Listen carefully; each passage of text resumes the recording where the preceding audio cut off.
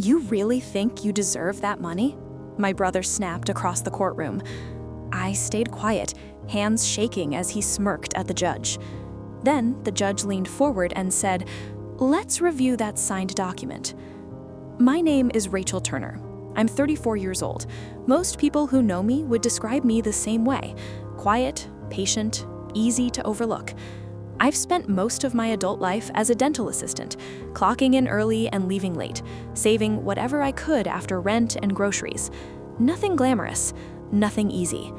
For the last 3 years of that stretch, I was also driving my mom to her chemotherapy appointments, managing her medications, and sitting beside her hospital bed on nights when she was too afraid to be alone. I didn't complain. That's just who I am. My brother, Daniel, is 4 years older than me and has always operated in a completely different world. He had the louder voice, the bigger personality, and somehow, no matter what he did, the family applauded. When he dropped out of college, it was finding himself. When I worked overtime, it was just expected. I stopped waiting for recognition a long time ago. When our grandfather passed away last spring, the reading of his will changed everything.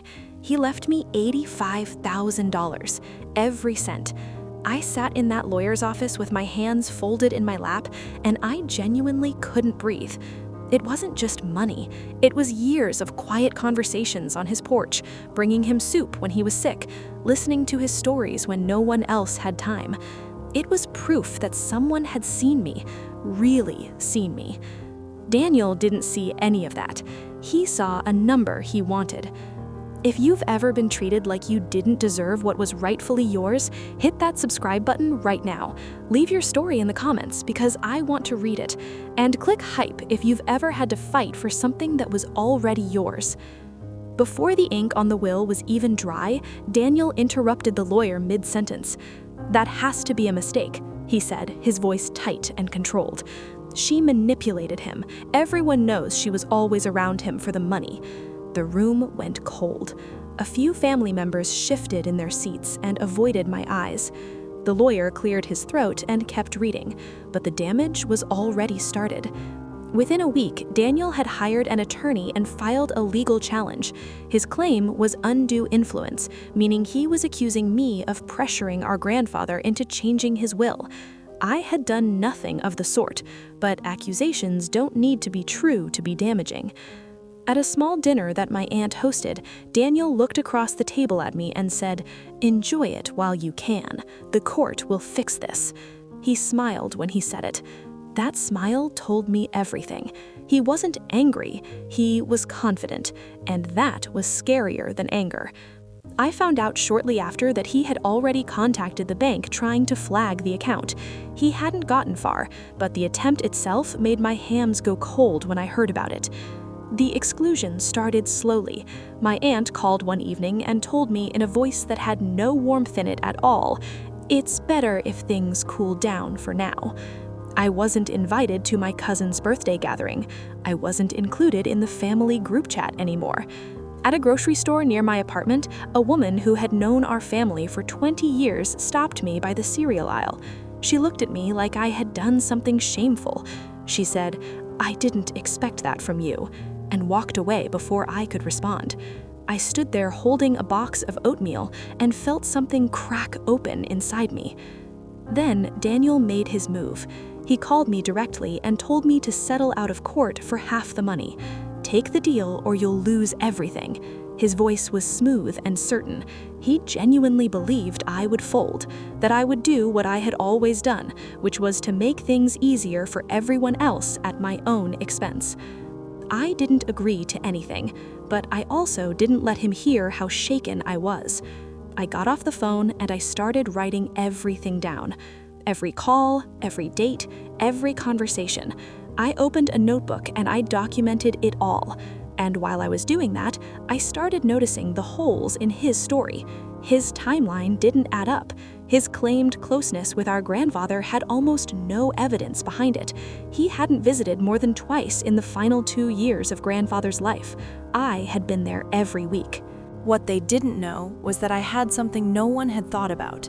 My grandfather and I had started recording our conversations during his illness. It was his idea, actually. He wanted me to have his stories. He was afraid of forgetting things, and he didn't want his words to disappear, so we recorded them on my phone, casual and unhurried, just his voice and mine in his living room that always smelled faintly of cedar and old paper. In those recordings, he talked about his decisions. He talked about trust.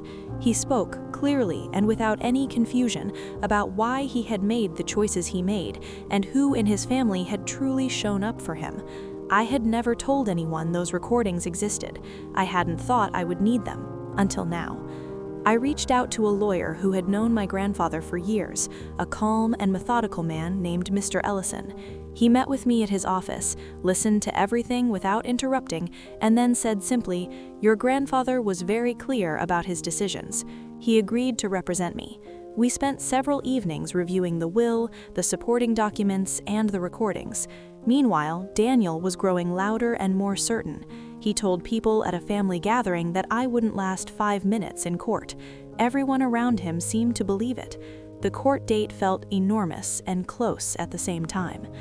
The courtroom was quieter than I expected. There was the low hum of the ventilation system and the sound of papers being shuffled. Daniel sat at his table looking composed and almost relaxed. His lawyer presented the case with practiced confidence, using words like manipulation and exploitation and vulnerability. I kept my face still and my breathing even. Then Mr. Ellison stood up. He placed a document in front of the judge. It was a signed, written statement that my grandfather had prepared with Mr. Ellison's assistance months before his passing. In it, grandfather explained his reasoning clearly. He named me. He described specific moments. He confirmed that his decision was entirely his own and made with full awareness. The judge read it slowly. Then she looked up and said, "This clearly states intent and awareness." Mr. Ellison added, "We also have audio recordings that support this." He played a brief portion in the courtroom. My grandfather's voice filled the room, steady and unhurried. He talked about trust and about who had been there. He said my name. He said it simply and with certainty. I watched Daniel's face. The confidence drained out of it in real time. The judge looked at him directly. "Do you have any evidence to contradict this?" The silence that followed was absolute. The case collapsed. The judge ruled fully in my favor, without hesitation. The courtroom emptied slowly afterward. Daniel left without looking at me once. His posture was different. The certainty that had been so loud in him for months was simply gone. The family members who had been so quick to distance themselves had nothing to say now.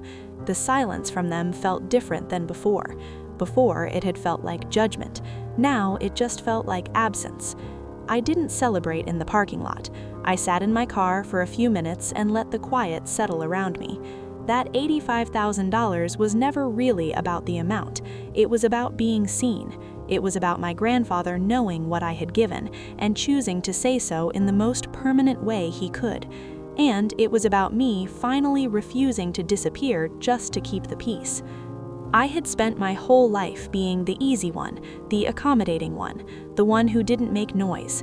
I wasn't that person anymore, not because I had won, but because standing up for what was true, even when I was shaking, had changed something in me that no verdict could take away.